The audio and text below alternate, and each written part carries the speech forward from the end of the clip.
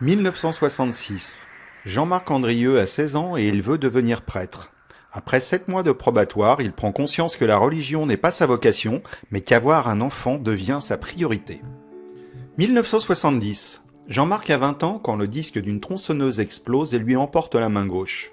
Seul et isolé, victime d'une hémorragie importante, ses yeux deviennent les observateurs de son corps qui se jette devant un camion de chantier qui, par une incroyable coïncidence, passe à cet endroit à une heure improbable. Jean-Marc remet son destin entre les mains du chauffeur affolé. En état de choc, ce dernier l'amène jusqu'à l'hôpital de Perpignan. Arrivé à l'hôpital, Jean-Marc lâche prise et vit à cet instant une expérience de mort imminente. 1990, directeur commercial en déplacement, Jean-Marc Andrieux apprend par un coup de téléphone l'accident de sa fille Sophie, âgée de 18 ans. Immédiatement, quand il apprend qu'elle est à l'hôpital, il sait qu'elle est morte. Sur le trajet de Grenoble à Perpignan, bien que le temps n'existe plus pour lui, une négociation s'entame.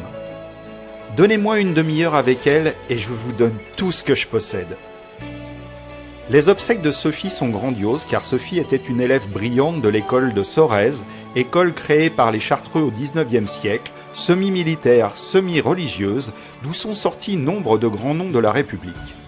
Mais bizarrement pour Jean-Marc, Sophie n'est pas morte. En avril 1993 va débuter une communication à l'initiative de Sophie qui va durer environ 16 ans, soit 1250 heures de questions-réponses permettant à ce jour un exposé de 80 heures. Ces communications s'arrêteront à l'initiative de Sophie en septembre 2009. De 2009 à 2013, sur sa lancée associative, Restaurant du Cœur, association de soins palliatifs, accueil des enfants de la zone Tchernobyl, Jean-Marc touche le fond de la misère humaine et se pose la question suivante. Que me reste-t-il à faire de ma vie? Je serai plus utile de l'autre côté. À partir de ce moment, la maladie arrive, s'installe, et la spirale de la descente aux enfers se met en route vers une mort qui l'attend de façon inéluctable. Le 19 février 2016, à 1h45 du Radio Réveil, il croit revivre une EMI comme 46 ans plus tôt lorsqu'il plonge dans un vortex au fond duquel la fusion se fait avec une lumière intense, à la couleur d'un feu rayonnant, chaude, radieuse, éblouissante, lui donnant l'impression d'un tout et de ne plus avoir besoin de rien. En état de non-pensée, car étant tout, le besoin disparaît. Comme il n'y a plus de pensée, c'est le rien, pourtant c'est tout, nous dit-il. Ce qui mérite des explications de sa part, et c'est pour cela qu'il est là aujourd'hui pour répondre à vos questions. À 2h45, il réintègre son corps. Plus tard, il saura qu'il y a eu cette nuit-là une transmigration d'âme. Au matin, le corps est totalement guéri, et Jean-Marc vous expliquera dans cette conférence les conséquences pour le reste de sa vie de cette nuit si particulière en répondant à vos questions.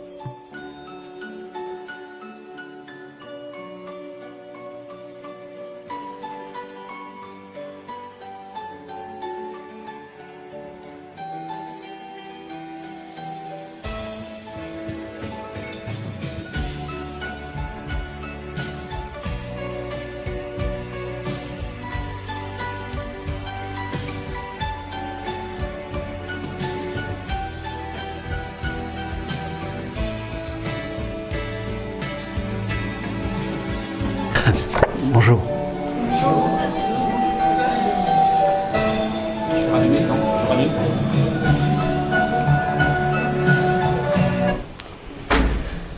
Bien, mais écoutez, en quelques images, une présentation de ma vie qui n'est pas que cela. Ma vie a été également tout un tas d'activités. Je n'ai pas arrêté de changer d'activité, d'essayer de faire des choses, d'essayer de comprendre. J'ai lu des centaines de livres qui parlent de tout, sur toutes les religions, sur tout ce qu'on veut. J'ai essayé de trouver, j'ai cherché. J'ai cherché et puis je ne le trouvais pas, en fait. J'ai abandonné la recherche, je suis tombé malade juste après le décès de celle qui fut ma fille terrestre, qui s'appelait Sophie. Je ne trouvais pas d'intérêt à continuer. Et là, il s'est produit, pendant que j'étais malade, un premier événement qui a été au mois d'avril 1993. Dans l'après-midi, il va se produire, je suis en train d'essayer de construire un petit cabanon pour occuper mon temps, avec des parpaings, et puis ça devient monotone, je pose un parpaing, je mets du ciment, ça devient monotone, et puis tout d'un coup, On parle, mais j'y fais pas attention. Enfin, Sophie se met à me parler, c'est elle, je connais très bien, mais j'ai l'impression qu'elle n'est jamais partie, qu'on parle comme si on s'était vu il y a 5 minutes, et puis je vais rentrer dans le jeu, je vais la questionner, on va me répondre. Cette voix est souriante, joyeuse, et je vais me laisser transporter comme ça pendant une vingtaine de minutes, 20-25 minutes ça va durer. Et tout d'un coup, je prends conscience que j'étais en train de parler avec quelqu'un qui n'est plus là. Pourtant c'était clair, hein, ce qu'on m'avait dit était d'une clarté et d'une netteté et d'une précision. Sur le coup j'ai refusé. Je faisais partie de ceux qui disaient personne n'est jamais revenu pour nous dire ce qui se passe de l'autre côté. Comme vous l'avez vu, je manquais de partir dans la religion. Je voyais la chose beaucoup plus du côté paradis-enfer. Pendant cette journée, pendant cette soirée, va se mettre par les événements en place tout un tas de choses, et celle qui était ma compagne elle va, par le truchement de tout un tas de petites choses, on va s'asseoir à table et elle va, vous l'avez peut-être déjà entendu, Maggie Lebrun avec Daniel, son mari, qui parlait, et un livre qui a fait le tour du monde et qui est extrêmement connu, qui s'appelle Un cours en miracle, qui a été écrit également de cette façon. Et bien, c'est ma compagne qui va se mettre à parler. Et ça va durer comme ça pendant, une première partie 13 ans, puis les 3 dernières années, ça va être un petit peu différent, mais je ne vais pas y rentrer dans cette différence. Et à partir de là, eh bien, la première soirée va démarrer, il est en gros, je pense qu'il est aux alentours de 10h du soir, et ça va s'achever, il est 7h du matin.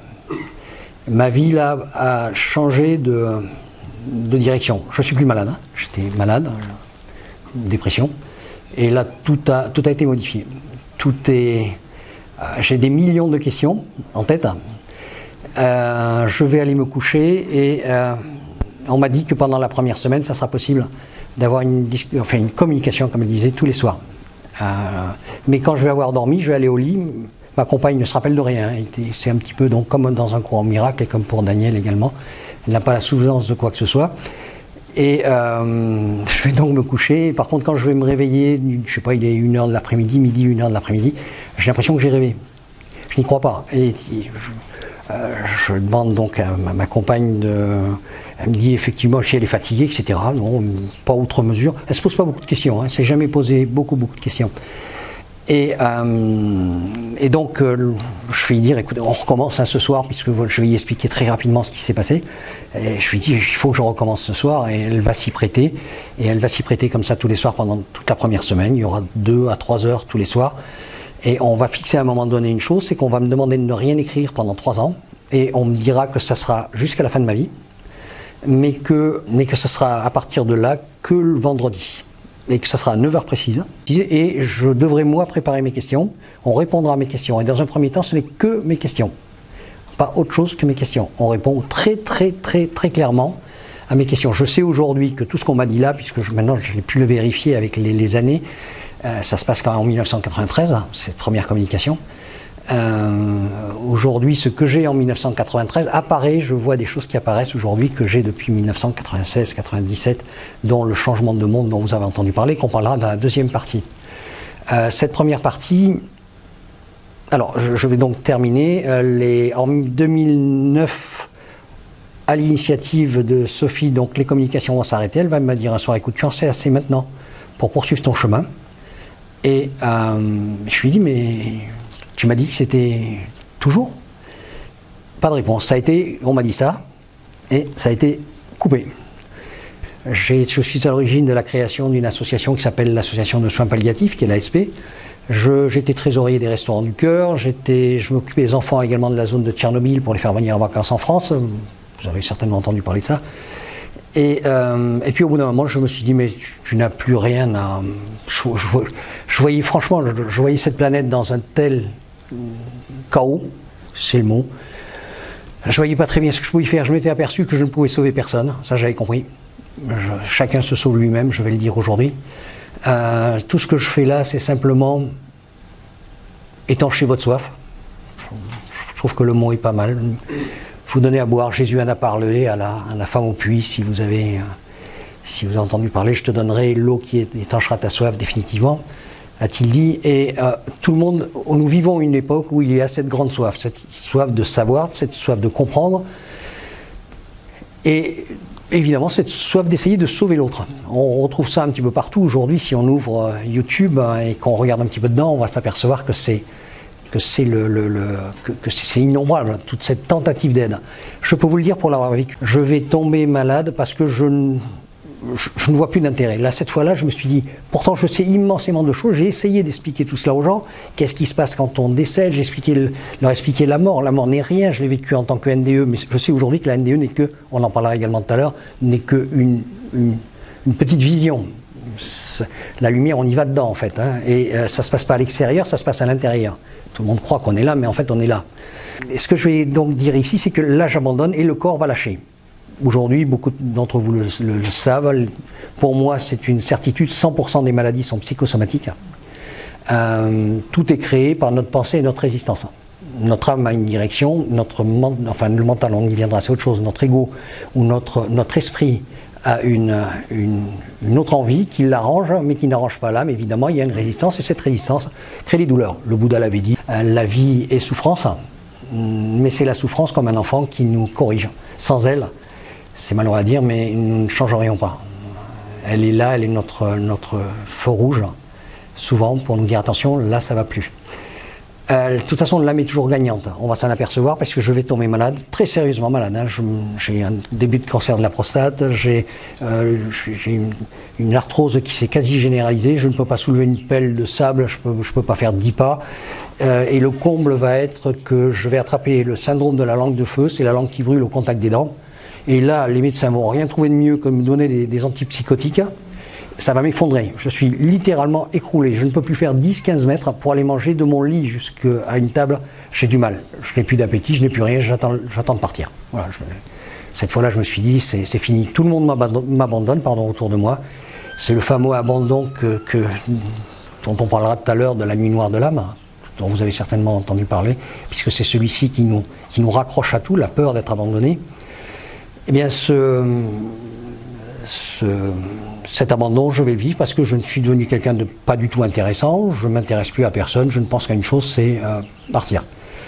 Je suis prêt, j'ai vécu une NDE, je sais énormément de choses, puisque je vous dis, 1250 heures de communication avec l'au-delà m'ont appris beaucoup de choses.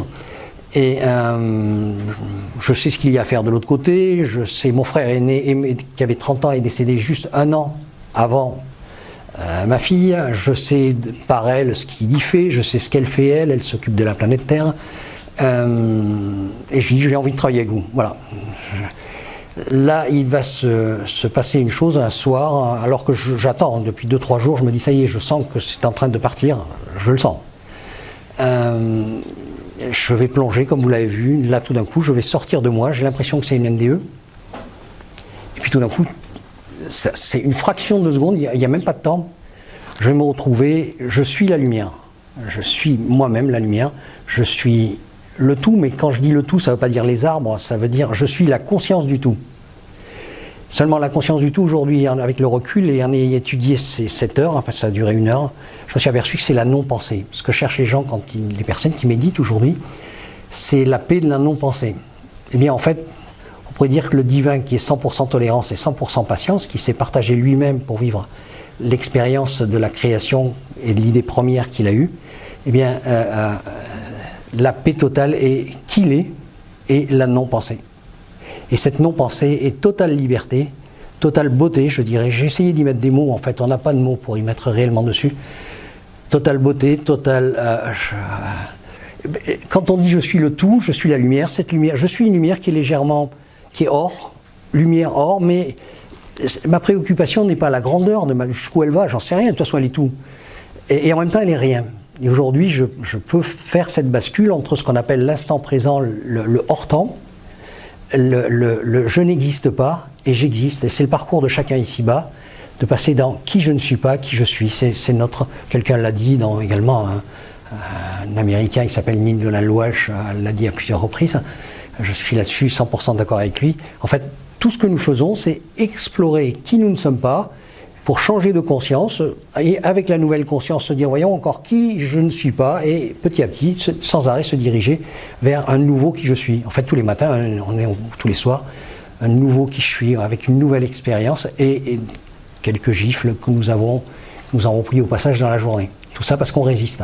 Il s'agirait, là, tous les grands mystiques, je prends comme exemple des personnes comme Jésus, Ramana Maharshi, Yogananda, ils sont nombreux, Kali Gibran, Teilhard de Chardin, enfin je ne peux pas les donner tous, c'est des grands hommes qui ont écrit des choses extraordinaires. Pardon ? Et les femmes. Et les femmes, mais quand je parle des hommes, je veux dire de la race humaine. Voilà ce que je voulais dire. Je ne parlais pas de sexe. Donc ce que je voulais expliquer, je reviens à cet état qui a duré 1 heure, mais le temps, pour moi je ne sais pas, je le sais parce qu'il y a un réveil qui me l'a dit.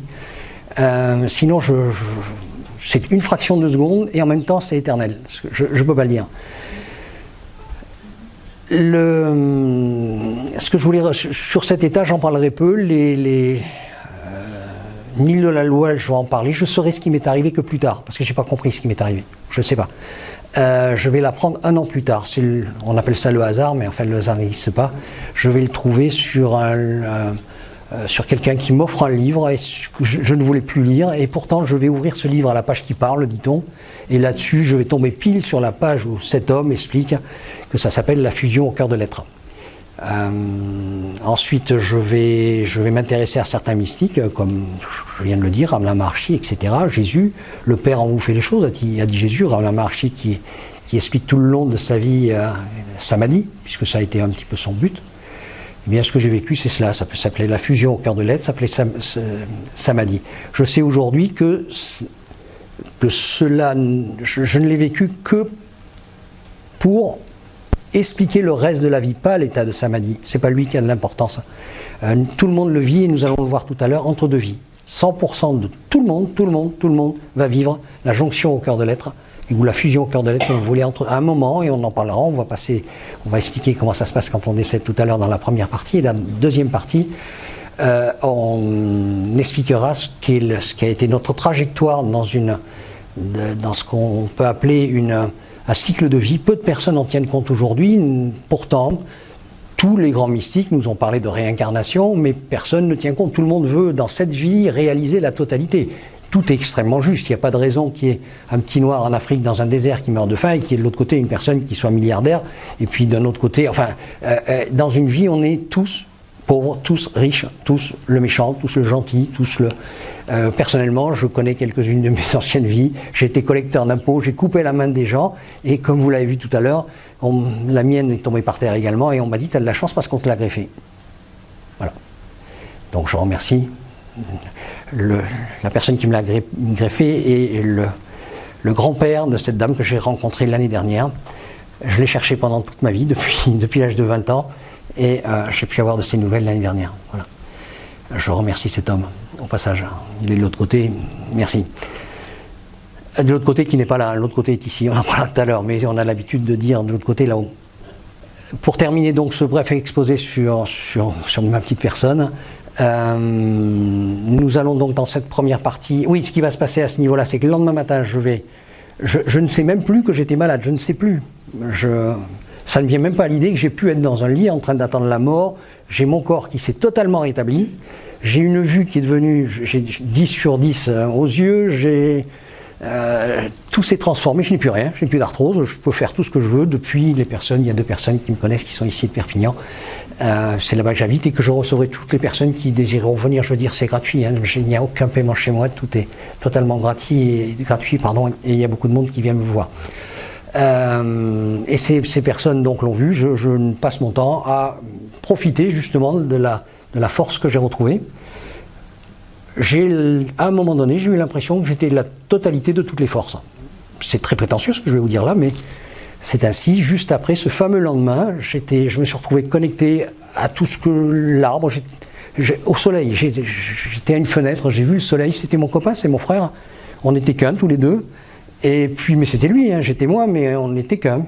C'était comme ça. Et tout ce que j'approchais, les oiseaux, tout, je n'étais qu'un, j'étais eux.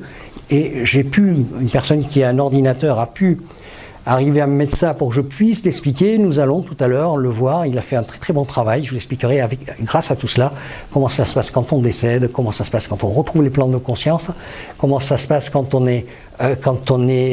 fait la fusion au cœur de l'être, ensuite quand on revient, ce qu'on peut faire de l'autre côté. Je vous expliquerai également pourquoi on revient Et pourquoi on reviendra éternellement dans une dimension, dans une autre, dans cette planète ou dans une autre, dans un univers ou dans un autre. Hein. Voilà. Voilà l'exposé que je vous donne pour l'instant. Ma vie a été évidemment totalement transformée. Et ça fait maintenant 5 ans que ça dure. Et j'ai toujours cette saveur permanente de cet amour grandiose dans lequel j'étais, pas dans lequel j'ai baigné. J'étais l'amour. Aujourd'hui, je sais que ça s'appelle Samadhi. Je vous invite, si vous avez... Il y a très peu il y a quelques vidéos qui existent là-dessus, dont beaucoup de Ramana Maharshi ou de Yogananda. Mais évidemment, elles ne font pas beaucoup de vues.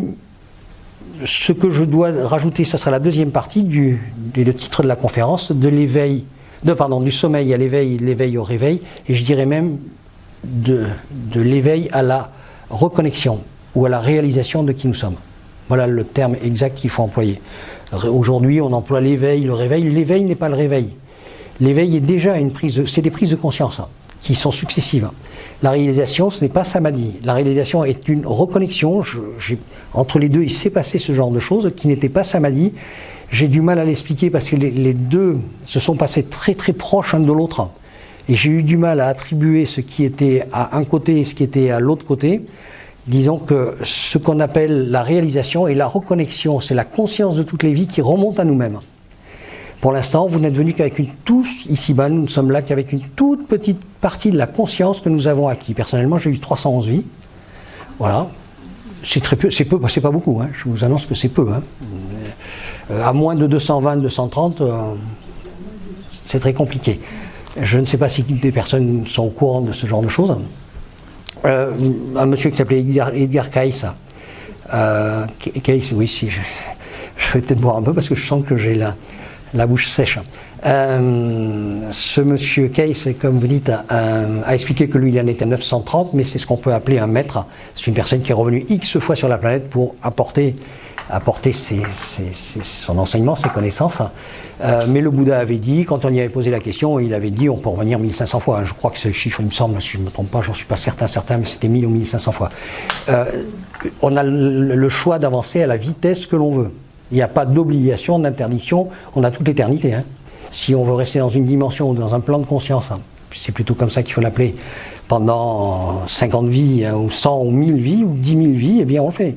On peut vivre 100 vies à ne rien faire, ou alors vivre 10 vies à une activité permanente, parce qu'en fait ce qui est important, c'est ce qu'on appelle les prises de conscience. La prise de conscience ne se fait pas par la lecture, je ne dis pas qu'il ne faut pas, hein, ça s'appelle la soif, ni par une vidéo, ni par ceci, ni par cela, ni par moi d'ailleurs. Elle se fait par l'activité de la vie. Si je prends un coup de marteau sur le doigt, eh bien je saurai que la prochaine fois, j'ai pris conscience que ça fait mal. Si je pose ma main sur... On pourra m'expliquer que poser sa main sur une plaque de feu brûle. Si je suis petit, tout le monde l'a fait. On va me le dire, mais je ne sais pas ce que ça veut dire. Le mot brûler, je ne connais pas. Je n'ai pas expérimenté brûler. Je ne sais pas, la douleur. Ah non, mais je n'ai pas expérimenté la douleur. Par contre, le jour où on a mis sa main sur la plaque et qu'on a expérimenté la douleur en conscience, on dit à son enfant, attention, ne mets pas ta main là-dessus parce que tu vas te brûler et c'est évidemment ce qu'il va faire un jour pour en prendre conscience. Eh bien, nous faisons cela pour tout. Et c'est le but. Voilà, donc en fait, il n'y a pas de pauvres, de riches, il n'y a pas de misérables, il y a des personnes qui ont choisi une destinée et qui la vivent comme ils l'ont choisi. Qui l'a choisi? L'âme. Mais ce qu'on appelle l'esprit, l'ego, le mental, c'est autre chose, je l'expliquerai tout à l'heure. Il y a une confusion là. Eh bien, ne veut pas forcément ce que veut l'âme, parce que si l'âme, elle a décidé qu'on allait expérimenter des moments pour acquérir de la force, parce que là est le but, des moments extrêmement difficiles, quand l'ego, qui n'est que orgueil ou peur, va voir cela, il va dire non, ça ne m'intéresse pas, je ne veux pas que ça fasse partie de ma vie, etc. etc. Je n'y vais pas, il va se passer une résistance, le corps va souffrir, qui va gagner? L'âme, parce qu'au bout d'un moment, il va y aller. C'est elle qui commande tout. Et qu'est-ce qui se trouve à l'intérieur de l'âme? L'information que nous lui avons mise avant de venir. Voilà, nous avons choisi une destinée et on va démarrer maintenant cette conférence par cette première partie. Cette destinée, eh bien, c'est l'âme qui l'a choisie pour compléter la conscience des vies précédentes et toujours se diriger encore une fois vers qui je suis, jusqu'au jour où je m'aperçois que je suis le divin. Nous ne sommes qu'un ici. Hein. On a l'impression que nous sommes 40, 50, c'est faux. En fait, en réalité, nous sommes dans une illusion extraordinaire. C'est un tour de magie.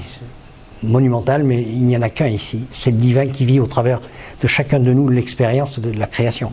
Voilà. Et on y participe en tant que divin. Alors je vais vous dire une chose qui va peut-être vous étonner, ça va être difficile à comprendre, mais chacun a un prénom, une personnalité, une individualité. D'un côté, on la garde éternellement, et paradoxalement, il n'y a pas d'éternité, il n'y a qu'un instant qui se vit la même seconde. C'est un empilement, en fait. C'est nous qui créons, quand nous venons ici, pour expérimenter une idée, eh bien nous y mettons du temps. Et suivant la dimension que nous avons choisie, nous allons faire des variantes avec le temps. Voilà, c'est ce qu'on appelle le temps et l'espace. Monsieur Einstein l'avait approché, il avait dit mais ça n'existe pas, en fait, ça y est, voilà. Donc en fait ici, on a un temps qui est de 3 heures, mais en réalité c'est faux, parce qu'il n'y a qu'une idée, une seule idée qui va durer un seul instant, et que nous allons effilocher sur 3 heures. Mais le but de la vie est de la vivre. Il n'est pas d'être ceci ou cela, il est de vivre la vie, c'est tout. C'est simple. J'essaye d'écrire un livre, je n'y arriverai jamais, je crois. Plusieurs personnes ont tenté de m'aider là-dessus, et le titre était, et c'était pourtant si simple. Et je pense que le titre était la totalité du livre. Je ne vais même pas essayer d'écrire, je vais publier une page, c'est tout. Je vais la rendre très cher parce que je pense que cette information est la plus importante. Et je la donnerai au pot parce que je m'en moque, j'ai pas besoin d'argent. Voilà, donc on va pouvoir commencer cette conférence. Merci d'être là. Merci d'avoir accepté de passer cet après-midi avec moi. Moi, je cette question. Est-ce que vous diriez que vous êtes passé de la partie dualité de votre être dans la partie unité de votre être? Oui, ça s'appelle. Alors, vous allez tous le faire un après l'autre. Pour certains, c'est peut-être le cas, à l'heure qu'il est, je ne sais pas. Je ne sais pas qui est ici. Nous allons vivre un temps, on en parle à la deuxième partie de cette conférence. Nous y sommes, ça y est, en ce temps. Le coronavirus fait partie de ce temps. Il a démarré quand la cathédrale de Paris a brûlé. Et enfin, il a démarré, ça a été le signe, parce que tout n'est que signe, hein. On ne peut pas dire ceci et cela, le temps n'existe pas, on y reviendra à plusieurs reprises. Donc en fait, c'est aujourd'hui, c'est à la seconde, au milliardième de seconde qu'on est que la cathédrale brûle. Donc. Mais on pouvait dire que c'était le signe dans le monde que les temps, Jésus en a parlé, dès la fin des temps. Il a dit il y aura des grondements, il y aura des tremblements de terre. Il l'annonce il y a 2000 ans, il annonce ce qui se passe aujourd'hui sur la terre. Je le dis moi depuis 20 ans bientôt. Je ne faisais pas des conférences il y a 20 ans parce qu'à l'époque j'avais du mal à faire comprendre à quelqu'un que la réincarnation ça existait. On me disait mais d'où vous sortez ça, vous êtes bouddhiste? Alors non, d'où vous le sortez, tout ce que vous nous dites là? Ben, vous comprenez, je suis en communication avec celle qui fut ma fille ici-bas, qui n'était en réalité pas ma fille, hein, puisque de l'autre côté, fille, père, mère, tout ça, ça n'existe pas. D'ailleurs, c'est une des premières choses qu'on m'a fait remarquer. On m'a dit, pour être gentil, elle m'appelait ici-bas Papounet, et elle m'a dit, pour ne pas te choquer dans un premier temps, dans les communications, je t'appellerai Papou. Parce que c'est vrai que si on m'avait appelé Jean-Marc au tout début, ça m'aurait été un petit peu difficile. Mais plutôt aujourd'hui, ça ne me dérangerait pas du tout qu'on m'appelle Jean-Marc, et même Jean-Marc étant trop, parce qu'en fait notre prénom, c'est nous qui l'avons choisi avant de naître, il fait partie de notre destinée, et quand on sait l'importance du prénom, qui va avec justement cette destinée, notre heure de naissance, nous avons tout choisi en fait. Hein, tout ce que vous vivez, vous l'avez choisi. Le fait d'être là cet après-midi, eh bien, je vais aller encore plus loin, il n'y a qu'une seule lumière unique avec des rayons, et bien ces rayons se sont réunis là. Parce que tous ces rayons étaient réunis au même endroit et ont eu la même information. Moi aussi, en fait je suis comme vous, je ne suis ni plus grand ni plus petit, je voudrais que vous le compreniez, que vous en soyez persuadés. Je suis ni plus grand ni plus petit, ni avec une connaissance supérieure à vous, parce que tout ce que je vais dire cet après-midi, vous le savez. Complémentaire, connaissance complémentaire. Non, vous l'avez. Je vais dire, vous l'avez. Je fais simplement que vous rappelez ce que vous savez. Beaucoup d'entre vous, là, dans ce que j'ai dit, se disent, mais ce qu'il dit là, je le savais. Même si vous ne le saviez pas, il y a des choses où vous dites, tiens, je ne savais pas, mais oui, ouais, quelque part, je le savais. Voilà. Donc on va démarrer maintenant l'autre partie de la conférence. J'avais préparé un petit texte pour vous lire, et puis du coup, vous voyez, je ne vais pas le faire, hein, puisque c'est ce qui m'arrive tout le temps, hein, je prépare souvent des choses. Ça m'est arrivé quand j'ai rencontré Patrick Onyoma, j'ai lu la première page, et puis j'en avais préparé 3 autres, et puis on est parti, et on a laissé tomber l'histoire. Donc je ne sais même pas pourquoi je le fais, c'est des précautions. Il y a une dernière chose que je vais vous dire ici, je suis pour toute chose, hein, je suis contre rien ni pour rien. Je pense que cette expérience du rien et du tout m'a fait comprendre une chose, c'est que tout n'est que pensée. Et que cette pensée est qu'une vision des possibilités de toutes les dimensions et de tous les univers. Et elles sont tellement nombreuses qu'en fait, elles se contredisent. Je me suis aperçu aujourd'hui que quand je vais vous dire quelque chose, on peut trouver paradoxalement l'inverse. Parce que le fait d'avoir vécu Samadhi m'a permis aujourd'hui de dire, ça m'a mis hors du temps. J'ai pu avoir la saveur de l'instant présent, permanent. Sophie m'en a parlé pendant des années, des mois, des séances entières parce que je n'arrivais pas à comprendre. Mais il faut comprendre une chose, c'est que cet instant, on le dilue et on le fait passer de la verticale, vous le verrez tout à l'heure, à l'horizontale. Et on met du temps. C'est un jeu, il faut prendre la vie, toutes les vies, comme un jeu. C'est la joie, entendez bien, d'exister.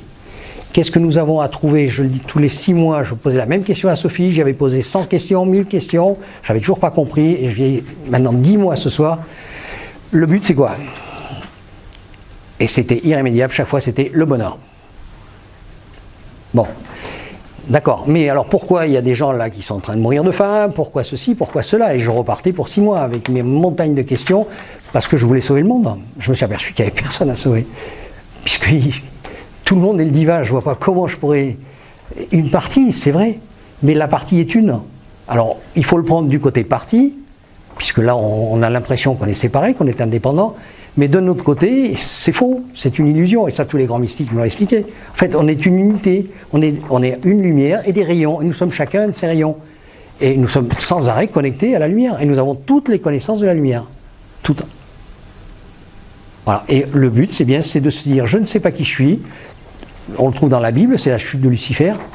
Je tombe, j'oublie qui je suis. Eh bien, je vais passer maintenant une éternité à me rappeler qui je suis. C'est le jeu. Et beaucoup de personnes vont me parler de l'amour, on en parlera tout à l'heure. L'amour a une multitude de facettes. Mais en fait, ce qu'on appelle l'amour inconditionnel, j'ai vu des tas de personnes qui essayent d'expliquer cela. C'est beaucoup plus simple.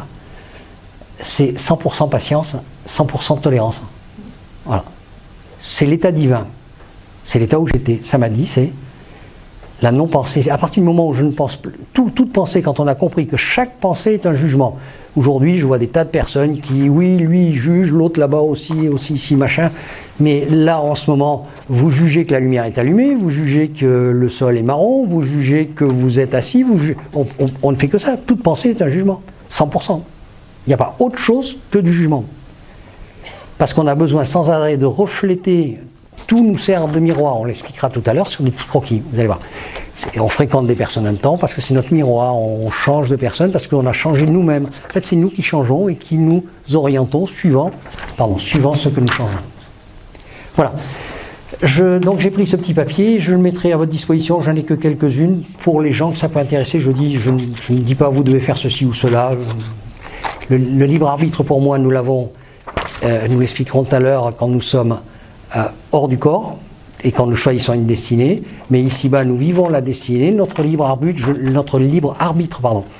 n'est qu'une chose, c'est le choix du but ou le choix de l'errance. J'y vais ou j'erre. Voilà le libre arbitre que nous avons tous. Ce que vous devez faire, ce que vous avez choisi dans la destinée, je vous promets que vous le ferez. Vous ne pourrez pas y couper au travers. Quand on a fini notre vie, soit on a pris conscience, par contre c'est là l'intérêt, soit j'ai pris conscience dans les expériences que j'ai vécues, j'ai pris une nouvelle conscience de qui je suis, soit bien j'ai trouvé que c'était lassant, que c'était embêtant, que toute la vie était pénible, et bien je n'ai pas pris conscience. Je l'ai fait en traînant des pattes, j'ai erré, j'ai fait une vie en errant, j'ai fait les choses, je vais les faire, les choses que j'avais décidées. Je vais faire tomber l'assiette qui va me tomber sur le pied, qui va m'envoyer à l'hôpital, je vais le faire. Mais est-ce que je vais prendre conscience qu'à l'hôpital, en fait, il y a tout un tas de gens qui travaillent, que ceci, que cela, qu'il y a une montagne d'amour qui s'y trouve. Voilà, je ne sais comment l'exprimer, je vais avoir du mal, vous le verrez à plusieurs reprises pendant cette conférence. Par moments, ça monte chez moi et j'ai du mal à le contrôler encore, parce que le corps est petit et il faut quand même conserver cette vibration dedans. C'est un petit peu difficile de la sortir. Donc je reviens à ce petit papier qui est une prière que m'a donnée Sophie en 1997. Je l'ai récité pendant quasiment jusqu'au moment où je suis tombé malade. Parce que je dois dire une chose, au moment où je suis tombé malade, je n'ai plus voulu entendre parler de quoi que ce soit de spirituel. Quand j'ai décidé de partir de l'autre côté, j'avais abandonné tout ce qu'on m'avait dit et je ne voulais rien, je ne voulais plus qu'on me casse les pieds avec quoi que ce soit. Au moment de votre réalisation et de ce qu'on appelle la nuit noire de l'âme, qui peut être ou courte ou longue, je ne mettrai pas de distance. La mienne a duré 3 ans. Je parlerai de celle de Ramana Maharshi qui a duré 2 ans. Jésus, les 40 jours au désert, mais 40 jours, ça signifie un certain temps. Quand on parle de tous ceux qui l'ont vécu, qui c'est que je peux citer voilà, c'est très parfait. Il y a Saint Jean de la Croix, il en a parlé d'ailleurs, il a écrit là. C'est tout à fait, voilà, parfait. Mais là, il y a suffisamment d'écrits sérieux qui en parlent. On en parlera très très rapidement tout à l'heure. Mère Teresa a vécu de l'âge, oui, elle le dit, de 1948 à 1992. Elle a vécu, là c'est très très long. Il y en a un autre qui en a vécu une très très longue, c'est Eckhart Tolle. Aux États-Unis, ça a duré. Eckhart Tolle ? Ah non, il a été en dépression c'est de l'âge de 19 ans jusqu'à l'âge de 50 ans. C'est une nuit noire de l'âme qui a été, et puis tout d'un coup, boum, j'étais en dépression. Il avait 29 ans quand il avait été réalisé. Sa mère parle de lui quand il était... Enfin, madame, vous avez peut-être raison, c'est peut-être moi qui me trompe de date, mais sa maman avait expliqué qu'il était couché sur une table et qu'on ne pouvait rien en faire. Peut-être, hein, peut-être... Ou alors c'est peut-être moi qui me trompe, moi j'avais pensé 49, c'est pour ça que j'ai... Peut-être vous avez raison, 29. Pour l'âge, je m'y intéresse peu. Non, vous avez peut-être raison. Oui, c'est 29, il a tout quitté, puis il est parti avec Et il est parti 5 ans dans un monastère zen. Enfin, c'est ce que j'ai lu. Hein. Peut-être que je n'ai pas lu la bonne. Le maître Ivanov aussi. Oui, il me semble aussi. Donc qu'on appelle devenir un Christ, en fait. C'est se reconnecter à Christ. Parce qu'en fait, on ne l'a jamais perdu, on l'a oublié. Voilà. Je sais, mais aujourd'hui, il est très difficile de prononcer cela parce que j'ai voulu, je l'ai même écrit, je l'ai mis en dessous une vidéo. Il y a 7 vidéos qui existent. Si vous tapez Jean-Marc Andrieux sur YouTube, je l'ai écrit sous une que j'avais fait une reconnexion au Christ et je regrette un petit peu de l'avoir écrit. Peut-être que les temps maintenant permettront, oui, de le dire, mais quand je l'ai écrit, c'était peut-être un peu trop tôt. Jésus était Jésus-Christ, mais le Christ est l'amour universel. Hein. Donc nous sommes tous le Christ. Bouddha mais, est un Christ aussi. Tout à fait. Bien, je vais, oui, bien sûr. Je vais revenir à ceci. Donc, elle m'a donné une prière. Elle est à votre disposition, mais je vous dis, qui disait ceci. En fait, on a besoin de force. On m'a toujours expliqué qu'il fallait accepter ce qui se présentait à moi. Et si j'ai pas le courage de le faire, eh bien, je sais que aujourd'hui, personnellement, que je ne pourrais pas passer au travers. Et pour passer au travers, je peux demander de la force. Et si je demande la force, elle me sera donnée. On me l'a garanti. On m'a dit, demande du courage, de la volonté et de la foi pour faire ce que tu as à faire. Ça te sera donné. Et elle m'a dit, je t'en donnerai. À tout moment, demande et je te donnerai. Et cette prière s'adresse à qui? Au Seigneur. Il est où le Seigneur? Là. Aujourd'hui, j'ai pu l'intégrer par 2 expériences que j'ai vécues qui m'ont amené à la lumière. Et donc, je peux aujourd'hui dire en expérienceur que je sais ce qui se passe pendant la NDE. On en parlera très rapidement également tout à l'heure. On m'a accordé beaucoup de temps cet après-midi, merci encore à Patrick, parce qu'il me faudrait à la limite 80 heures, mais je ferai avec ce que j'ai. Donc cette prière dit ceci: Seigneur, quand je prie pas là-haut, je prie là, parce que qui je prie? Moi, je suis tout, je suis le divin. Donc le plus simple, c'est que je m'adresse au divin que je suis. Elle dit ceci est ma prière vers toi.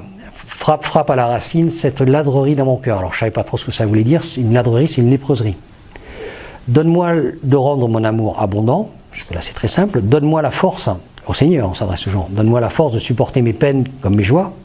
Donne-moi la force de ne jamais désavouer le pauvre, ni plier le genou devant le pouvoir insolent. Aujourd'hui, on voit qu'il y en a quelques-uns qui... Ceci il y a 20 ans, hein, bientôt. Donne-moi la force d'élever mon esprit au-dessus des futilités quotidiennes. On parlera tout à l'heure de l'esprit et du mental.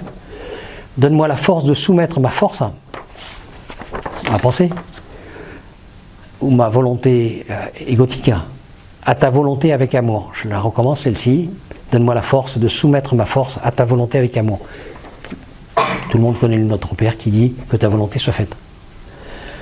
Donne-moi la patience ou la tolérance, suivant ce qu'on a besoin, dont j'ai besoin pour gagner ma liberté. Voilà. La liberté, c'est ni plus ni moins ce qu'on découvre le jour de la réalisation. On est libre, totalement libre. Il n'y a pas grand-chose qui change dans la vie. C'est nous-mêmes qui changeons. Par contre, on est devenu propriétaire de soi. Voilà, il n'y a plus d'attache. On pourrait dire que tous les fils qui nous maintenaient accrochés à droite, à gauche, eh bien, ont disparu. Et on devient, moi j'appelle ça vrai. Ça ne veut pas dire qu'être vrai, ça ne veut pas dire avoir une intimité, quelque chose au fond de son cœur qui est personnel. Voilà. Vrai, c'est être présenté qui je suis, sans arrêt. J'accepte qui je suis. J'ai des défauts, certainement beaucoup, comme tout le monde. Voilà, pour cette première partie. On va maintenant, peut-être qu'il faut que je... Voyons. Oui, j'avais noté ceci en première page parce que j'oublie souvent de le dire. Hein. Un cycle de vie est en fait une expérience divisée en plusieurs vies. Ce n'est pas... La réincarnation nous a souvent appris que c'est une vie, plus une vie, plus une vie, plus une vie, plus une vie. Elles ne se font pas d'ailleurs dans l'ordre, hein, parce que le temps n'existe pas. Comme il n'existe pas, on le verra tout à l'heure, on ne peut pas donner un ordre. En fait, c'est un cycle qui est divisé. Quand notre âme arrive avant notre première vie, elle est totalement inconsciente. C'est Lucifer qui est tombé. Ploum, l'ange déchu. Je ne sais plus qui je suis. Et je vais retrouver progressivement, et là, c'est cette grande période que vit la Terre en ce moment et qu'elle va vivre intensément parce qu'il va y avoir des mouvements de la Terre, on le voit, les feux qui ont commencé en Australie, il y a un petit temps maintenant qui se répandent partout, on s'aperçoit que l'eau, il y a des inondations dans tous les coins, dans tous les sens. Je ne suis pas en train de vous faire peur, hein. Ce que je dis là, c'est que ça fait partie, la réalisation, la nuit noire de l'âme est allée, c'est le fait d'aller jusqu'au bout de ses peurs. On doit vaincre, qu'est-ce que c'est une prise de conscience? C'est vaincre une peur. Si je prends conscience que je n'ai pas de problème avec l'électricité, je n'ai plus peur de l'électricité. Tant que je pense que j'ai un problème avec l'électricité, j'ai peur de l'électricité. Eh bien, une prise de conscience n'est que surmonter une peur, l'affronter et la vaincre. Et il y en a au total que pour cette dimension, 380. Et si vous voulez regarder cela différemment, il existe en gros 380 symptômes ou maladies. Chaque peur est reliée à une. Je le disais il y a 20 ans, le cancer est une maladie psychosomatique. On m'a pris pour un fou pendant très très longtemps avec quelqu'un de pas très gentil. Et la science s'en est aperçue maintenant, puis ça a été même dit à la télévision il y a 1 an et demi, me semble-t-il, par un professeur sur Antenne 2 à midi. Voilà, c'est totalement. Et on va traiter cela par les gènes, et non plus par des rayons. On peut le faire à l'heure actuelle, mais ça coûte un petit peu trop cher. Donc on continue à brûler certaines personnes. On nous l'a dit ce jour-là sur Antenne 2, je vais le dire ici, ceci sera publié sur YouTube. Même le nombre de la quantité de rayons qui sont envoyés à chacun de nous eh bien, est trop importante, mais l'hôpital n'aurait pas d'argent s'il ne le faisait pas. Voilà, c'est ce qu'il a dit. J'ai personnellement aidé ma compagne à un moment donné à arrêter le feu parce qu'elle s'est fait brûler, littéralement brûler par 30 séances de rayons. Littéralement brûler. Alors, bien. Un cycle de vie, alors le cycle de vie, j'y reviens, en fait c'est il faut le voir comme une seule,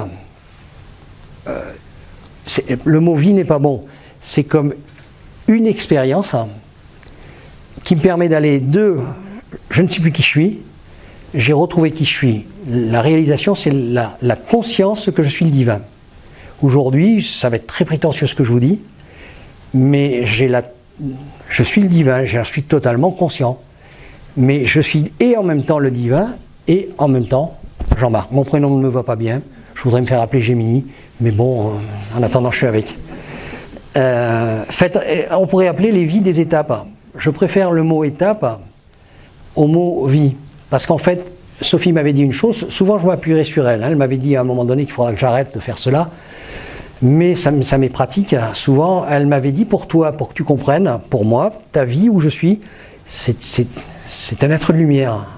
Elle est descendue, il faut que je dise pourquoi, pendant 19 ans pour qu'on prenne contact. 19 ans sur Terre, faire des études, etc. Que pour une chose, pour qu'on prenne contact. Parce que je n'aurais jamais cru quelqu'un, si ça m'était arrivé et que je n'avais pas les preuves, j'étais Saint Thomas, j'étais le plus grand Saint Thomas que la Terre porte. Hein. Si je n'avais pas eu les preuves, je lui ai posé des dizaines de questions pour m'assurer totalement de choses qui étaient parfaitement intimes. Je sais qu'on peut, et si je n'avais pas eu cet enseignement qui aujourd'hui porte référence avec les plus grands noms qui ont été sur cette planète, eh bien je n'aurais pas cru.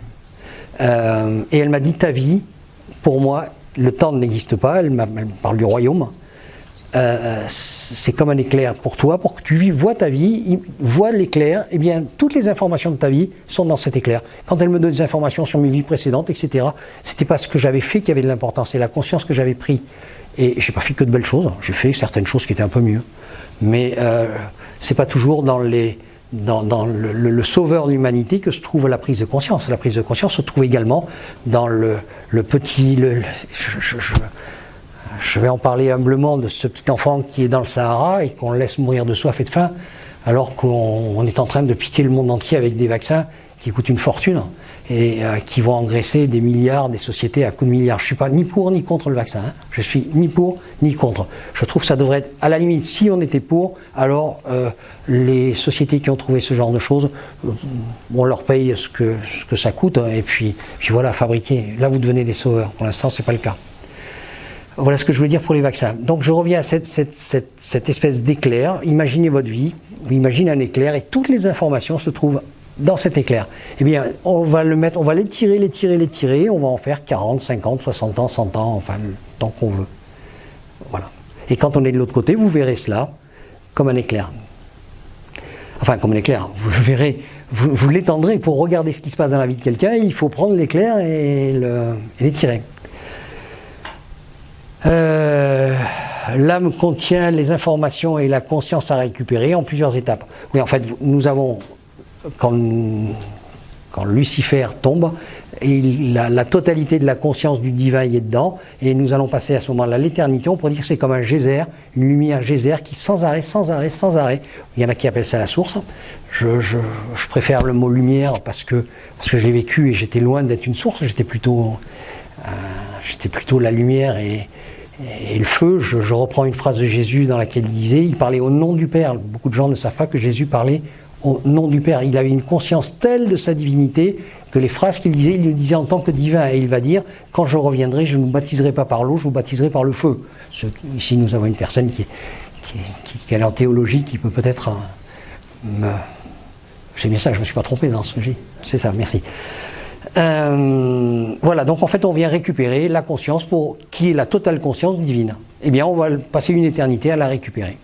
Et on va expérimenter l'idée créatrice. Et cette idée est simple, c'est j'existe. Alors on a mis le mot je suis, tout le monde l'a entendu, je suis, il est très porteur. Vous savez que chaque fois que vous dites le mot je suis, vous partez dans un élan créateur. Hein. Il faudrait le dire 10 fois par jour. Je suis la bonté, je suis, j'en sais rien, je suis le plombier, je suis la conscience, je suis ceci, tout ce que vous voulez. Ça intègre. Mais en fait, ceci, vous pouvez le transformer par j'existe. Aujourd'hui, si vous arrêtez quelqu'un dans la rue et que vous lui demandez qu'est-ce qu'il est en train de faire, il va vous dire des tas de choses. Il n'y en a aucun qui vous dira j'existe. Pourquoi faire? Ben, exister. C'est quoi la joie d'exister? C'est dire je suis. Je pourrais ne pas être. Imaginez-vous, vous ne soyez pas. Vous préférez être quoi? Le pauvre sans argent mais qui existe ou alors rien? Eh bien que cette joie est porteuse. C'est à partir du moment où je suis heureux d'exister, c'est pas grave si j'existe comme ceci ou quoi. Ah, je sais que c'est difficile, mais paradoxalement, tout est paradoxal. Paradoxalement, le jour où j'ai la conscience que je suis et que j'existe et que j'accepte toute chose, bizarrement, toutes les choses se modifient. Alors, il y en a qui ont appelé ça la synchronicité. On peut y donner d'autres noms. Eh bien, et je crois que c'est écartelé. Peut-être je me trompe, je vois qu'il y a des personnes, la dame s'y connaît mieux que moi, mais je n'ai pas été chercher, fouiner dans la vie de chacun. Mais ça y est, je viens de rater ce que j'étais en train de dire. C'est dommage. Bon, tant pis. coup d'arrêt. Qu'est-ce que je disais? La synchronicité. Ah oui, les synchronicités. En fait, voilà, ça c'est la magie de la réalisation. Nous allons vivre, et nous en parlerons également aussi là-dessus, avec des petits croquis, nous allons vivre des événements planétaires qui vont nous amener, j'avais commencé, jusqu'au bout des peurs. Parce que la nuit noire de l'âme, c'est aller jusqu'au bout de la peur. J'étais au fond de mon lit, je ne voulais plus. La dernière fois que je suis allé chez le médecin pour faire 3 km, à la campagne, hein, il n'y a pas de feu rouge, il n'y a rien. Il a fallu que ce soit ma fille qui m'amène dans la voiture. J'avais peur de monter sur la voiture pour aller jusque chez le médecin. J'avais peur de faire 3 km. J'avais peur de quitter la maison, j'avais peur de me sortir de la chambre à la fin, j'avais peur de quitter mon lit. Pour vous dire jusqu'où je suis allé. Et en une seule nuit, vous l'avez vu tout à l'heure en photo, la première, ça a été pris 5 mois avant cette fusion, que j'appelle un décès, puisque je suis parti. Et j'ai changé d'âme. En fait, je n'ai pas changé d'âme. J'ai rechargé l'âme avec la conscience qui se trouvait ici. On va en parler. Donc je reviens à ce qui se passe à ce moment-là. La Terre est en train de nous y amener. Si nous vivons ces difficultés, c'est parce que pour aller jusqu'au bout des peurs, et ça va s'accentuer, pour un jour lâcher prise et se dire j'accepte de mourir.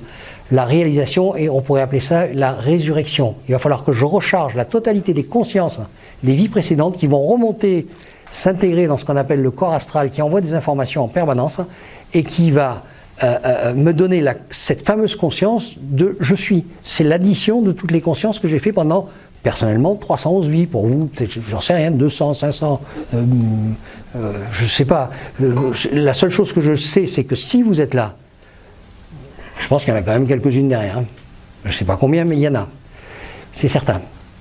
Et cette conscience n'est toujours, je le répète, que la conscience de qui je suis. J'ai perdu mon identité. Je retrouve mon identité. Et pour cela, je passe par une multitude d'identités que je pourrais être. Et chaque fois, je termine une vie en me disant non, je ne suis pas celui-là. Et là, je récupère en mon temps toutes les autres informations. Et je vais, en regagnant mon plan de conscience, redevenir qui j'étais depuis le début du cycle de vie. Et c'est pour ça que je vais ensuite faire la fusion et revenir pour compléter encore et encore et encore et encore, pour atteindre ce que cette personne qui s'appelait Jésus avait, c'était la conscience totalement divine. Je suis le divin, en tant qu'homme. Il répétera, je ne sais plus combien de fois dans les évangiles, il me semble 40, où je suis un homme ou je suis l'homme. Et de l'autre côté, on lui dit, on va lui poser à la fin une question, es-tu Dieu? Le Sanhédrin, il va, et là, boum, sur la croix, bien entendu, parce qu'on n'a pas le droit de se prendre pour Dieu. Et pourtant, il faisait plus que s'y prendre, il en avait la conscience. Et dans toutes les phrases qu'on dit, si on les réinterprète c'est le divin qui parle au travers de sa bouche, et qu'on comprend que c'est plus l'homme Jésus qui parle, mais le divin qui parle au travers de la bouche de Jésus, on transforme la totalité de la religion catholique. Elle est anéantie. Bien. Maintenant que j'ai fait ceci, normalement, voilà par quoi je devais commencer. Hein. Donc, vous voyez,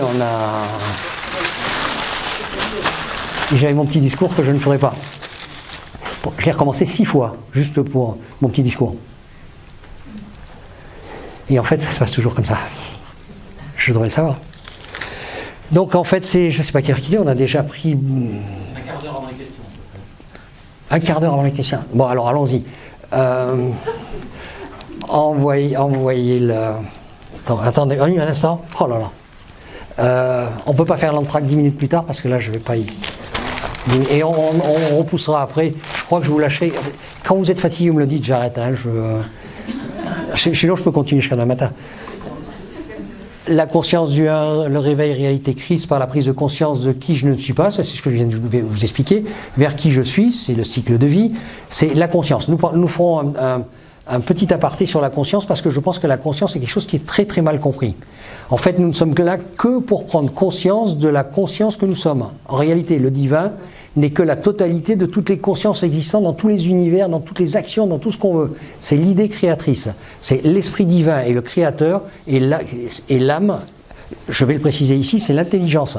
Beaucoup de personnes parlent de l'esprit, mais il faut parler de l'esprit en tant qu'intelligence. L'intelligence n'est pas quelque chose de palpable. Et la création et l'âme, c'est un instant de création que nous prenons, Eh bien, et cette âme, c'est la totalité des amours, on peut y mettre dedans la totalité de tous les amours existants dans la création. Et ils sont tellement, tellement... Eh bien, nous allons tous les expérimenter, un après l'autre. L'amour des arbres, des animaux, des chiens, enfin tout ce que vous voulez, l'amour d'être aviateur, enfin, on passe tout. Voilà, de faire autre chose. Et ça s'appelle de la conscience, de l'amnésie aux retrouvailles de l'âme, la création à l'esprit. C'est en fait la création qui se dirige vers le créateur. C'est un vortex, enfin on en parlera également, j'ai tellement de choses à vous parler. La conscience, voilà, j'ai appelé ça un pont. La conscience est le pont entre l'âme et l'esprit. Évidemment, comme nous sommes, on va imaginer que ceci est l'univers, mais vous êtes l'univers. Une âme, si on voulait dessiner une âme, on va le voir, on peut dessiner un rond, on peut dessiner également un cône, et on va le voir ici là-haut. Eh bien, on pourrait dire que l'esprit est au centre, la fusion au cœur de l'être, c'est retrouver ici l'étincelle divine, qui est l'infiniment petit. Dans cet infiniment petit se trouve la totalité des consciences. La physique quantique aujourd'hui nous y amène doucement. Eh bien, on pourrait dire, là j'ai imaginé un pont, à notre niveau c'est la même chose, notre âme, nous avons un corps astral qui nous entoure, un corps éthérique ici que l'on peut ressentir, et eh bien nous nous dirigeons, cette âme c'est de l'information, pour la comprendre il faut dire voilà, tout ce qui est ici c'est de l'information de quelque chose, cette information c'est... Le rouge, c'est autre chose.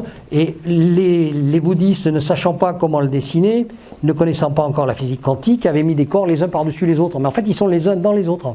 Tout est un dans l'autre. Les univers ne sont pas à l'extérieur. Aujourd'hui, les scientifiques commencent à se poser la question. Les univers sont les uns dans les autres. C'est-à-dire qu'en fait, l'univers, c'est ceci. Si vous voyez la galaxie, eh bien, elle est plate, on la voit plate de par côté, avec un soleil central. En réalité, il faut la voir courbée. Le soleil central est le passage vers... ailleurs, tout n'est qu'un passage, eh bien, on explore ce qui se trouve ici à l'intérieur. Et nous sommes sur la Terre en train d'explorer une partie qui se trouve dans ce vortex, qui lui-même est dans un vortex. Mais en réalité, il n'en existe qu'un, il est au centre de vous-même. Comme les poupées russes. Un peu comme les poupées russes. Quand on met du temps, c'est totalement les poupées russes. Quand on extrait le temps, voilà ce qui reste. C'est tout. Même pas, c'est trop gros ça. En fait, il reste rien, il reste une idée. Une idée, l'intelligence ne peut pas être mise en... Je ne peux pas en parler, parce que l'intelligence, c'est quoi?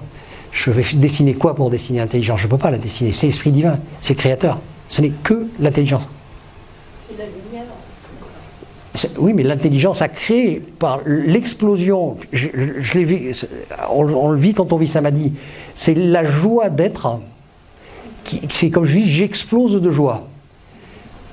Ça fait quoi? Eh bien, on va imaginer que ça fait la création. Aujourd'hui, j'entends des gens qui disent, quand je suis heureux, je me mets à côté de quelqu'un, je transmets ma joie. Mais c'est exactement, nous sommes tous reliés, nous sommes tous à l'intérieur de ce vortex, mais ce vortex n'est qu'amour. Mais là-dedans, qu'est-ce qu'il y a? On a hérité de peur. Parce que vous savez de quoi on a peur? De la grandeur que nous sommes. Oui. Quand je vous dis que vous êtes Dieu lui-même, ce qui n'est pas juste à 100% ni faux. Parce que nous sommes en réalité, je vous le dis, un rayon de la lumière. Mais en fait, si on va jusqu'au bout, au bout du processus, nous sommes la pointe. Parce qu'il n'existe pas autre chose. Tout le reste, tous les grands mystiques hindous nous l'ont expliqué, ce qu'ils appellent la Maya. Tout le reste n'est qu'illusion, ça n'existe pas.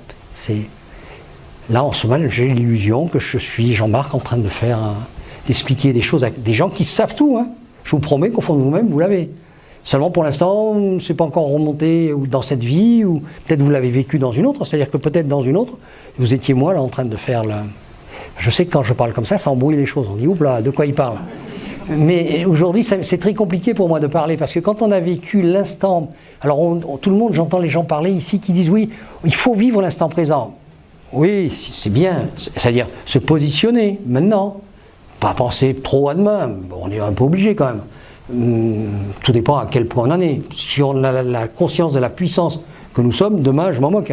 Je partirai sur les chemins, je gratterai la terre, je mangerai des racines, et puis je m'en moque. Tout est bien. C'est ça que nous avons peur. On est rentré, Sophie me disait, vous êtes en train de dégringoler vers le bas, vous allez toucher le fond. Je dis, mais non, Sophie, rends-toi compte, on a inventé les ordinateurs, t'as vu tout ce qu'on a fait, la voiture, on a mis la sécurité par-ci, par-là. Vous êtes en train de tomber en bas du trou. Aujourd'hui, j'ai compris, ça y est. J'ai compris qu'on était tombé bien bas. Et qu'est-ce qui nous a fait tomber bien bas? Je vais vous le dire, c'est pas la technologie, parce que nous allons vers une technologie qui sera encore plus grande. mais qui sera quantique. C'est l'information que nous avons aujourd'hui. L'ordinateur nous a mis en esclavage. Et on continue à nous y mettre en nous disant, vous allez travailler à la maison, vous allez, tout ce que vous allez le faire sur cette machine. C'est la machine qui nous a rendus esclaves. Et on continue volontairement à nous pousser vers cette machine. C'est comme ça. Mais ça fait partie du jeu. Hein. Tout est un jeu, tout est à sa place. Il n'y a rien de bien, rien de mal. Il faut aller jusqu'au bout des peurs, je le répète, pour vivre la réalisation. Et ce jour-là, les peurs disparaissent, le corps se transforme. C'est ce qui m'est arrivé. Je n'ai pas 20 ans, évidemment. Mais je vous assure que ceux qui m'ont connu avant cela, on ne voulait même plus me fréquenter, même plus. Ma compagne allait chez mon fils pour ne pas être en présence à la maison. Parce que j'étais devenu une loqueur. Voilà. Faut dire que ma nuit noire de l'âme a été particulièrement profonde. Hein. Tout le monde ne vivra pas une nuit noire aussi profonde. Et il y en a qui l'étalent dans le temps. La mienne, je ne l'ai pas tellement étalée dans le temps, je l'ai prise d'un coup. Voilà. J'ai concentré l'histoire. Voilà, donc création, nous sommes nous-mêmes la création, qui nous imaginons, on pourrait dire que, on va dire que ceci est l'univers, eh bien il y a une information dans l'univers qui est Jean-Marc, ok, je fais un petit rond dedans, je prends, je vais le vivre. Qu'est-ce qu'il y a comme information? Alors on se dit, voyons, qu'est-ce que ça fait quand je suis Jean-Marc? Bon, j'en ai marre maintenant d'être Jean-Marc, voyons, ici, Jacqueline, ah ouais, tiens, Jacqueline, voyons. Qu'est-ce qu'elle vit, Jacqueline? Quelle est sa vie? Qu'est-ce que je peux trouver comme conscience là-dedans? En fait, on est là pour trouver de la conscience. C'est un puits de conscience. La vie est un puits de conscience. Et cette conscience n'est qu'une seule chose, amour. Et l'inverse de l'amour, c'est les peurs. Parce que nous avons peur de nous diriger vers cet amour. Il est tellement grand. Il fait peur, hein. Je vous assure qu'il fait peur. Il m'a fait peur. Aujourd'hui, non. Il ne fait plus peur. Excusez-moi, vous n'avez que des incarnations terrestres? Non, non, j'en ai quelques-unes qui ne sont pas terrestres. Alors, normalement, quand on commence un cycle terrestre, on peut en faire à l'extérieur, hein, vous avez raison, j'avais omis de le préciser. Mais en fait, on va de préférence, je dis bien de préférence, tâcher de faire le cycle de troisième dimension, qui est celui de la dualité, c'est-à-dire l'autre, je suis différent de l'autre, le bien, le mal existe, le grand, le petit, etc. On va... Sophie m'avait parlé de cette planète qui est une merveille. La Terre, c'est quelque chose d'extraordinaire. C'est une des rares planètes, il y en a d'autres, mais qui a cette beauté, cette quantité d'animaux, cette quantité de végétaux, et qui a en plus le grand avantage d'avoir plusieurs plans de conscience en même temps. C'est-à-dire qu'ici, il y a des plans 2, des plans 3, des plans 4, des plans 5, il y a tout ce qu'on veut, alors que dans certaines planètes, il n'y a que ce qu'on appelle des plans 6. Tout le monde est dans un état de conscience identique. Ça existe également quand on décède et quand on va après le décès dans des plans de conscience où on est tous en harmonie. Pourquoi? Parce qu'on a une conscience qui est identique. C'est agréable si je parlais avec quelqu'un qui a la même conscience que moi. Ça va être très plaisant. Par contre, je peux me déplacer dans les autres plans. Si je suis au-dessus, je peux aller vers en bas. Mais quand je n'ai pas de conscience, je peux monter vers en haut. Si je ne l'ai pas acquise, comment je peux monter? Il faut que je vienne la chercher. Où? Ici. Alors évidemment, il y a d'autres planètes en 3D, pour l'instant. 3D n'est pas le bon mot, je préfère le mot troisième plan de conscience, hein, qui permettent également ce genre d'évolution. Il y a également ici-bas, je l'ai dit, plusieurs plans de conscience. Il y a en ce moment certaines personnes qui sont d'autres planètes, qui sont dans des planètes supérieures, je dirais de 5e plan de conscience, de 6e, de 7e, et aussi ça sera sur la petite chose, mais je ne vais pas y arriver à vous le présenter. Vous avez parfaitement raison. Personnellement, j'ai vécu ma dernière vie, celle juste avant. Mais en fait, on peut pas. C'est paradoxal ce que je dis là, parce que les vies, elles sont toutes en même temps. Mais paradoxalement, quand on les met dans le temps, eh bien, ma précédente, j'étais pas là, non. Vous étiez dans un 5e niveau? Si vous me permettez, non, je vous dis non, ni plus ni moins. Non. Voilà. On va envoyer ceci, on parlera de ça après. Voilà, alors cette petite comment on appelle ça, diaporama, a été faite par un monsieur qui est en ce moment en train de vivre la nuit noire de l'âme. Terrifiante, la sienne. C'est une personne que j'ai rencontrée quand j'étais au Nyoma. Je l'avais fait sur un tableau, ce que vous allez voir ici. Je n'avais pas pu le terminer d'ailleurs. Donc il y a une vidéo qui se trouve de cette conférence au Nyoma, que vous pouvez voir également. J'avais été stoppé par le temps. Et c'est ce qui se passera aujourd'hui aussi. Oui, et cette personne donc était venue me voir de Paris pendant une semaine. Et donc elle avait décidé, tous les soirs on parlait, on se mangeait ensemble, et puis il m'a posé des centaines de questions. Et puis tout se passait bien, il est reparti à Paris, il est redescendu, et ses parents avaient un studio à Canet, puisque j'habite dans le Roussillon, à Canet, j'habite pas loin de Canet, et donc il habite, quand il descendait, il allait à ce studio, et il est redescendu, il a dit je vais passer un petit temps au studio, il est venu me voir un jour, il me dit Jean-Marc, il faut que tu me dises une chose qui ne va pas, est-ce que je peux disparaître? J'ai dit non, disparaître tu peux pas. J'avais appris suffisamment de choses quand même, on avait discuté pendant toute une semaine, des heures et des heures. Non, mais je veux disparaître, comment je fais pour disparaître? Tu peux pas, tu peux, oui, ferme les yeux, je sais pas, mais assomme-toi, fais ce qui te fait plaisir, mais dans ce que je t'ai expliqué, non, tu es éternel, tu peux pas disparaître. Ça y allait pas, il est rentré, il était mal, je voyais qu'il était mal, je comprenais pas très bien ce qui était en train de se passer, il est parti, il a été dormir chez ses parents, dans ce studio, il revient me voir le samedi, je crois que c'était le samedi suivant, et puis, mais Jean-Marc, il faut que tu me expliques, il doit y avoir une solution, on doit pouvoir disparaître. Non, il n'y a pas de solution, tu peux pas disparaître. Et là, il est tombé, il est resté en studio, il y a encore, hein. Ça fait maintenant un peu plus, pas loin de 2 ans. Et il ne se lève que la nuit, il végète. Il est en train de vivre ce qu'on appelle la nuit noire de l'âme. C'est-à-dire qu'il veut, comme je vous l'ai dit tout à l'heure, à un moment donné, on a envie de quitter la nuit noire de l'âme. C'est quoi? C'est quitter qui je suis pour renaître à autre chose. Et tout à l'heure, j'avais parlé de réincarnation chez les bouddhistes, et là, ça s'appelle la résurrection.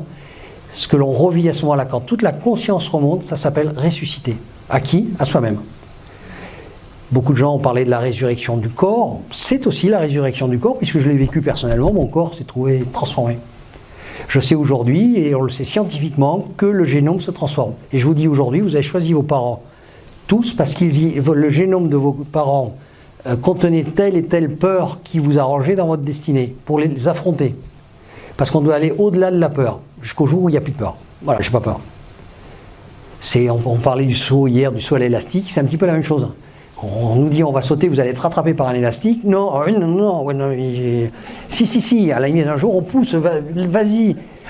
La personne, et après elle veut recommencer. Mais là, avant de sauter, surtout si c'est profond, je veux pas.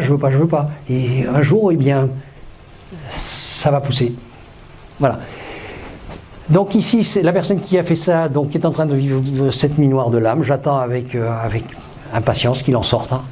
Je vais trouver un homme radieux. Je connais aujourd'hui certaines personnes qui sont dans cette expérience et qui en sont sorties. J'ai 2 personnes qui m'accompagnent ici. Nous avons en vidéo une personne qui m'a invité à faire des conférences en Suisse il y a un peu plus d'1 an maintenant, puis c'était avant le coronavirus, et qui a vécu l'éveil, le réveil ou la réalisation, comme vous dites. J'ai vu une personne là, il n'y a pas très longtemps, on a fait une visio par Messenger, je crois, ça s'appelle comme ça. Et là, j'ai vu rayonner une personne qui, quand je l'avais rencontrée en Suisse, était effondrée. Toute sa vie a été transformée. Ça a été un balayage total. Et ici, il y a parmi nous une personne que j'ai eue au téléphone et qui est en train de vivre ces moments agréables, qui est enfin, on pourrait dire. Voilà. Donc, ce monsieur m'a fait ce petit diaporama pour me permettre de vous expliquer rapidement qu'est-ce qui se passe quand on décède. Mais je crois que on aura une entracte, on le coupera en 2. Parce que je pense que ça arrangera Patrick. C'était pas prévu, je comptais avoir terminé ça à la première, mais vous voyez, et on abrégera peut-être la seconde à ce moment-là.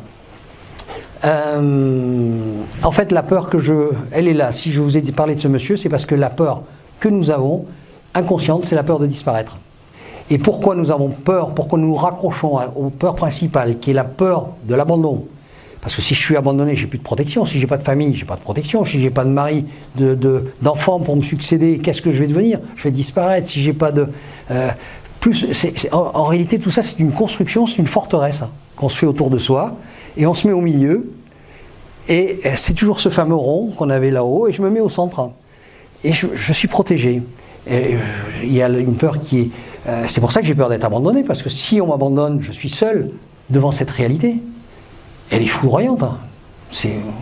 Comment je vais affronter des éléments aussi puissants? Tout le monde est conscient de la puissance des éléments. On le voit quand il y a des incendies ou des inondations. Qu'est-ce que fait l'homme? Il regarde, hein, il dit « c'est colossal ». Eh bien, je vous dis que la Terre a une conscience et un esprit. La mère Terre, son corps, elle vit, cette conscience de la puissance de son corps et de la puissance de son âme dans laquelle nous sommes, comme des gouttes d'eau dans la mer, et de la puissance de son esprit. Elle n'est pas encore un soleil, ou elle n'est pas encore une étoile, mais les étoiles sont également une âme, un esprit. Un corps n'est pas que... C'est la majorité dans les planètes. Hein. Ce type de corps, différent, plus ample, plus mince, plus grand, plus petit, etc., existe dans d'autres planètes. Mais également les astres, tout ce qui se trouve a une âme, est une âme, et un esprit également, puisque la base de tout l'esprit, c'est l'esprit divin, qui est au centre. Donc voici la peur principale. On va continuer là-dessus. Pour m'expliquer comment ça se passe quand on décède, Sophie m'a demandé de prendre un immeuble comme référence. Parce que pour l'expliquer, c'est très compliqué. On donne des choses abstraites et personne ne comprend pas très bien parce qu'on n'arrive pas tellement à se projeter dans l'abstrait, sauf quand on a vécu une NDE. C'est pour ça qu'aujourd'hui, il y a beaucoup de personnes qui sont intéressées. C'est gentil hein, de voir des personnes qui expliquent et qui ont retrouvé cette joie immense en vivant cette NDE. Et ils peuvent s'extraire de cette vision corporelle, grâce au tunnel, à la lumière qui est au bout. Et à ce moment-là, ils n'ont plus de corps. Enfin, quand on est là, le corps n'a plus d'intérêt, il n'en a aucun.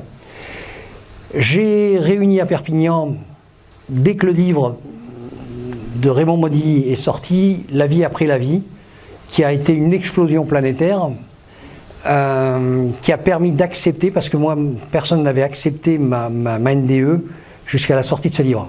Les médecins me disaient que j'étais même celui qui m'a opéré m'avait expliqué que c'était un truc dans ma tête qui avait fait... J'avais trouvé ce truc-là sublime, mais surtout que je vais dire une chose, ma NDE n'était pas, on peut dire, une très très très grande NDE, c'est-à-dire que il y avait cet amour, il y avait tout cela, mais il ne s'est pas passé beaucoup de choses, parce que j'étais accaparé dans mon esprit par... j'en sais rien, par la main, je ne sais pas quoi, mais il y avait quelque chose qui me dérangeait. J'avais pas envie de partir dans la lumière, j'avais plutôt envie de faire marche arrière, dès le début. Il y en a qui se posent la question, moi, il faut savoir une chose, c'est qu'on ne peut pas, dans une NDE, aller à la lumière, c'est impossible. Parce que le maximum d'une NDE, c'est 6 à 7 minutes. Le cœur arrêté et le cerveau arrêté. Et c'est inéluctable. Au-delà de ce temps, on meurt, définitivement. Donc, la personne qui dit... Je me demandais si je partais ou si je partais pas. Elle pouvait partir, oui, si elle avait fini sa destinée. Mais dans ce cas-là, elle ne l'aurait pas expliqué dans une vidéo, puisqu'elle n'aurait pas été là pour le dire. Et si elle est revenue, c'est que sa destinée n'était pas terminée, que l'expérience faisait partie de sa destinée, et qu'elle ne pouvait pas être au-delà de cela, parce que sinon elle serait morte. Ce que j'ai donc, en réunissant 30 personnes, grâce à ça, et grâce à un journal qui s'appelle L'Indépendant, qui a bien voulu, à la sortie de ce livre, publier, mais carrément en deuxième page, sur toute la deuxième page, un grand tunnel et dire, voilà, ce monsieur recherche des personnes ayant vécu cette expérience. Et là, il s'est présenté une trentaine de personnes qui avaient vécu cette expérience. On a pu aller plus au loin. Je leur ai posé une question à un moment, en leur disant, voilà, vous êtes vu hors du corps. Alors, c'est ce qu'on appelle les yeux de l'âme. Hein. Le corps astral a des yeux autour. Hein. Ce n'est que des yeux, d'ailleurs, puisque tout le corps astral voit. J'ai vécu cette expérience d'ailleurs hors d'une NDE, mais brièvement, quelques secondes. Et peut-être certains parmi vous l'ont vécu. Tout d'un coup, se voir de dehors, mais c'est très possible. Ou alors voir de haut quelque chose. Moi, personnellement, ça m'est arrivé de voir une porte en bas. J'étais plus haut que le plafond. Je regardais la porte d'en haut. En fait, notre corps astral peut s'étirer. Hein, c'est comme une boule gonflable. Il peut aller très très loin. Et il peut devenir très petit aussi. Tout dépend qui on en face. Si on n'a pas envie de se mêler à quelqu'un, on va rapetisser. Et si on a envie d'embrasser le monde, on va devenir géant. Ce que je voulais dire par là, c'est que ça y est, ça m'échappe. Oui, ces personnes-là, j'aurais demandé, mais qu'est-ce qui s'est passé entre le moment où vous étiez à l'extérieur, donc les yeux du corps astral qui voient en bas, alors tout le monde, moi le premier, hein, voilà, enfin moi ça m'est arrivé, j'étais encore dans le camion. Je n'étais pas encore sur la table d'opération, donc je me suis vu écrouler dans le camion, j'avais plus de sang, je m'étais vidé de mon sang. Le cœur s'était arrêté, évidemment, puisqu'il n'y avait plus de sang, et donc je me suis vu, j'ai vu les personnes arriver avec des brancards là, pour me chercher à toute vitesse, pour m'amener sur la table d'opération, puis dès que j'ai été sur la table d'opération, boum, je suis parti. Et je le sais qu'aujourd'hui, à l'époque non plus, je n'avais pas compris l'histoire.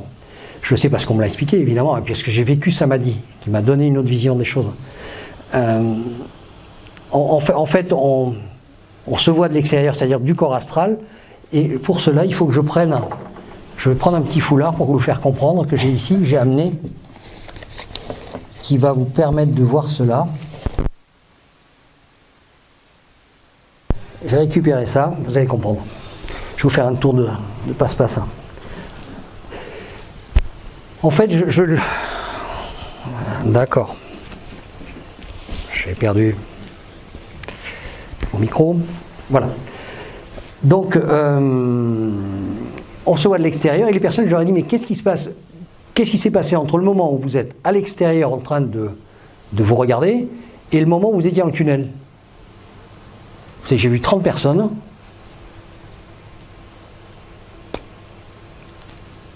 Vous avez déjà entendu quelqu'un qui ait donné la réponse? Qu'est-ce qui se passe entre le moment où je suis à l'extérieur et le moment où je suis dans le tunnel, où je me vois, littéralement? Tout le monde vous dit, ah ben non, j'étais dans un tunnel et je fonçais à toute vitesse. Ah ouais, comment il était le tunnel? Alors on vous le décrit noir, on vous le décrit avec des pailletés, on peut vous l'écrire d'une multitude de... Ça c'est la vision que nous avons qui est personnelle. Hein. Et la vitesse à laquelle on y va, après il faut rentrer dans des détails mais on ne va pas y aller jusque là. Et ensuite, il se passe toujours le même phénomène, la personne vous dit au bout, il y avait la lumière. Ah, puis là, il y avait... Bon, alors, un, c'est mon grand-père, l'autre, c'est Jésus, l'autre, c'est ceci, l'autre, c'est... Enfin, il a vu quelqu'un, on l'accueillait, mais il y avait quelque chose qui disait, si tu viens là, tu repars pas, hein, tu restes avec nous. Et les personnes se posent toujours la question, je vais y retourner. Donc, aujourd'hui, je vais vous poser la question, qu'est-ce qui se passe entre le moment où on se voit à l'extérieur et le moment où on est dans le tunnel? Et où il est, ce tunnel? Vous croyez qu'il est dans le ciel, par là, quelque part? Vous avez raison, il est tout simplement en nous, c'est le fameux vortex dont je vous parlais tout à l'heure. Il faudra que je mette l'autre, peut-être je vais le demander à Patrick, mais non, on va entendre après, je vais me débrouiller, je vais faire une gribouille là-dessus, j'ai l'habitude de faire des gribouillis. C'est le fameux, ça y est, je sais pas, je vous ai parlé d'un vortex, tout est vortex, la totalité. Les scientifiques commencent à s'en apercevoir doucement. Imaginez un cornet de glace. Eh bien, la glace qui est à l'intérieur du cornet et la glace qui est à l'extérieur, c'est la même boule de glace. Pourtant, elle est à l'intérieur, à l'extérieur, on est un petit peu pareil. On survole et on se promène à l'intérieur. Et qu'est-ce qu'il y a au centre de nous-mêmes? En réalité, il n'existe que la lumière qui projette. La lumière est un projecteur. Et elle projette mon corps, elle projette tout ce que je vois. Tout ça, c'est à partir du centre, qui est quoi? De l'intelligence. Hein. C'est pas autre, c'est pas de la conscience. La conscience est ici. C'est toute la conscience d'ici qui provoque l'intelligence qui est ici. Quand je suis conscient de tout, je suis devenu intelligent. Et je sais qui je suis. L'intelligence, c'est tout, pas autre chose. Il n'y a rien que l'intelligence. Et nous passons notre temps, il s'est divisé en partie lui-même, pour le divin, hein, je parle, pour que nous sommes, pour vivre l'expérience de son idée première. Et pour cela, il avait besoin de créer, de ce qu'on appelle la création, pour qu'on puisse le vivre. Voilà. Et s'expérimenter lui-même, parce que c'est bien d'avoir une idée, mais l'important c'est de la ressentir. Tout ce que vous faites ici, quand quelqu'un marche à côté qui ne veut pas faire la chose, il ne veut pas la ressentir. Pour prendre conscience de quelque chose, il faut ressentir corporellement la chose. On ne peut pas prendre de conscience, je vous le disais tout à l'heure, du feu, et ça se passe dans tous les actes. Il n'y a pas d'acte autorisé ou d'acte interdit, ça n'existe pas de toute façon, obligation ou interdiction. Tous les actes que nous faisons nous font prendre conscience de quelque chose. On en ressort grandi, tout le temps. Alors des fois c'est difficile, hein. Des fois c'est facile, bon, tout dépend de l'expérience que nous vivons. Mais les difficiles nous apportent souvent plus que les très faciles. On n'a pas tendance à le prendre souvent dans ce sens, en disant oui, j'ai de la chance, ceci, cela. Oui, mais tu es un malheureux, tu as tant de chance, ou alors peut-être que tu as vécu dans tes vies précédentes, c'est vrai, tes expériences, et que maintenant tu en profites un petit peu, puisqu'on profite toujours de la chose. Et ouais, c'est qu'un plan, c'est que le plan de conscience 3, quand vous serez dans la 5, 6, 7, 8, etc., et dans l'univers, ou dans d'autres univers, vous verrez qu'il y a bien d'autres choses à faire. Oui, j'en étais donc ici. Allez, on continue.